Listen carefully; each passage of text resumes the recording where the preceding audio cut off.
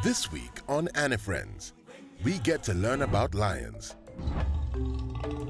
Did you know that lions fall in the cat category? And they are the only cats that live in a group. A lion's roar can be heard up to 8 kilometers away. We have an expert from Stedmark who will give facts about lions. If you are an animal lover, stay tuned to Anna Friends where we get you the facts about different animals. To my left over here is the African savanna cat, one of the big cats that we know in the whole world. It is seconds the tiger in sizes, and so in terms of the strength, it is also seconds the tigers. It is the most cleverest of all the cats because it can remember its tracks, it can remember its birth lineage, it can remember where it peed, it can remember what the kind of prey it normally hunts, it can also remember any fact or any dangerous thing that has ever happened in its own lineage. Whether it was a bush it was shot at, if maybe it is a manyatta, it was attacked, it can still remember and avoid such things. Lions are strong and lions form a bond, and the bond in lion is called a pride, of which a pride is now a group. Now, a group of lions can be almost from 5 to almost 20 in number. In some places, like in the Masai Mara or Savo, can go more than that, to even from 30 plus. So in Stedmark Garden, we have 4 lions. One is a female by the name Margaret, a very interesting female. And then we have 2 fully grown males, one by the name Savo and another one by the name Lamu. And also we have a middle-aged male by the name Sunny. So our lions at the moment right now here in Stedmark, they are mating. So one of the male by the name Lamu has taken over the territory. He's the dominant male in this season.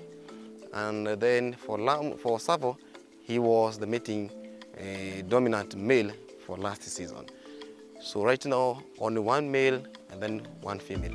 Sunny is still excluded because he does not belong to the same lineage with the dominant male, so he cannot join the cage. If he joins the cage, he's attacked. Because in lion, the moment it is 1.5 years to almost 3 years, it should move out of its family pride and look for a bachelor pride of maybe 3 to almost 10 males and form a pride for 3, 4, 5 years. And then when they're fully grown and strong, they can woo another pride and take over from the dominant males. So lions, during that time, some people normally say they have some cruel kind of culture, because if the male by the name Savo is overthrown and it has cubs, there's high possibility of being attacked, and also its cub being attacked by the incoming male, and generally it shall lead to death. So that all the female, the moment they see the male, there is no respect, but by what it did to the babies. So lions, generally they hunt, and they hunt in very unique techniques. They can place themselves in strategic places and then wait for the dominant female to push the prey towards the direction of the one hiding the bush, and then grab it and then squeeze on the neck and then do the other thing, pinning it on the ground until the animal suffocates to death. The second technique can be waiting for them in the water holes, the common place where they're heading to the water holes. And generally that's where they normally wait in the bush and then bounce on them and then grab onto the neck or grab on the muzzle, pin it down and kill it. Mostly the hunting, it is so sad that the dominant female who hunts a lot is mostly the last one to eat, courtesy of the dominant males and the cubs. The dominant male eats first, and then the cubs eat mostly second, with some older weakling females and younger females, and then the one that hunted gets a chance during that last hours of the kill. So, but generally she hunts, but she normally gets the last share. Here at Stedmark Garden, we have caged lions, not free-ranging lions. So here we can take care of them different from what you can take care of them in the forest. So here we normally have a cage system where we have a safety pin area where they sleep. And during that, where we have the safety pin, we have a rollers where you can pull the door safely so that the animal goes in or can go out.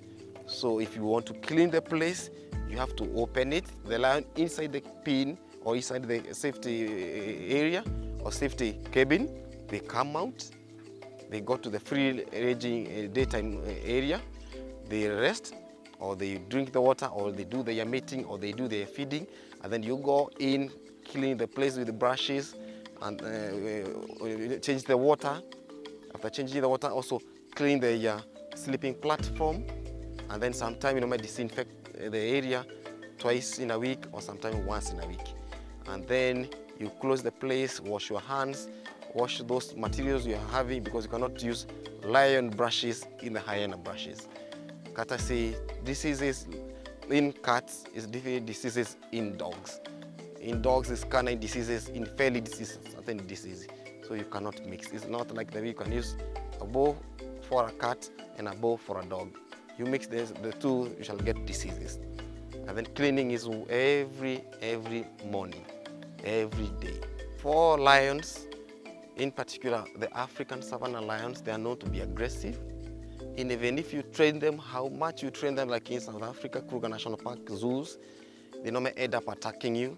Like the story you got that was done by Joy Adamson, she was attacked by Elsa. So African lions have not been given the full permission for petting like the way you can do in UAE. If a cheetah, you can do it, but for a short time of period, maybe say 1 year to 2 years. Heading to almost 3 years, they start to become aggressive, so you leave them be. The same with lions. When they are very young, almost 6 months, there's high possibility of touching them or petting them in general, going close to the cages, playing with them. But as time goes by, they are maybe jumping at a height of almost a meter, maybe bouncing on you almost to your head size, maybe resting their front legs on your chest. It's an indication that you need to leave them be and stop petting them. So generally in Kenya or in Africa, it's a short-lived thing to pet lions. It's 1 year or even less than 1 year. When they are past 1 year, it means danger for you, or maybe danger to any visitor who you wish or who you have maybe desired it for them to pet the lions. So to bring them here, it is a process. You don't bring a healthy lion to a park or to a zoo. It's totally different from how it is happening outside there in the world. Ours, we teach conservation and we do conservation. You bring lions, maybe like Lamu and Savo, very old lion with attacks from the wild. Chances of surviving was very less. So we brought them in as a refuge for them to increase their lifespan, because they are 13 years, some of them. Bearing in mind, a male can go to maximum of 15 years, it dies. So giving it a chance to stay in a zoo at the age of 13, it can push to almost 16 years. But generally in the wild, at the age of 13, could mean it could have died maybe at 9 years. So bringing one lion that is sickling in the wild, bringing it to give it a new home here, you increase the lifespan longer. But it's so funny that a female can go even 20 years, but a male can go 9 years. And also, if it is a young one, maybe the family lineage was attacked, or maybe the mother forgot the cubs. So if she forgot the cubs, you cannot pick a cub in the wild and put it back to another family. So if it's like the KWS, they will now look for another refuge where you can bring it and give it food.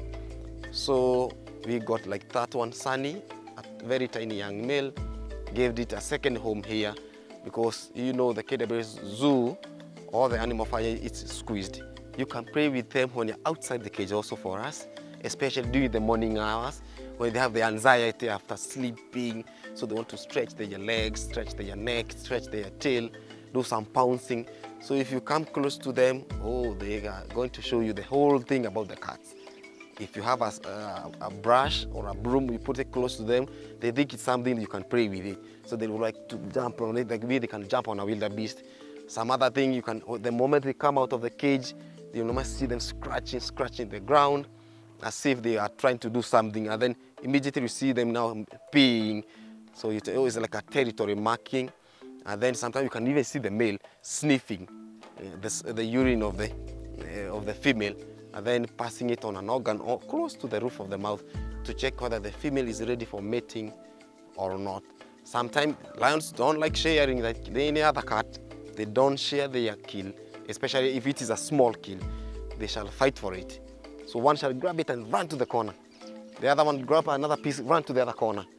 Generally, like how the cat can do. Grab a rat, rat to the corner. Grab a lizard, grab to the head to the corner. Another thing, it is all about how they can even clean one another. During free time, they normally lick the fur from any other lion in the same lineage. It's like a comfort. It's also like a kind of grooming, social grooming, to tell one another we are friends, we are family. And then sometimes you can see them playing. Males playing with the big males, smaller males playing with the smaller males, and then cubs playing with smaller cubs, also, or maybe playing with the big bulls.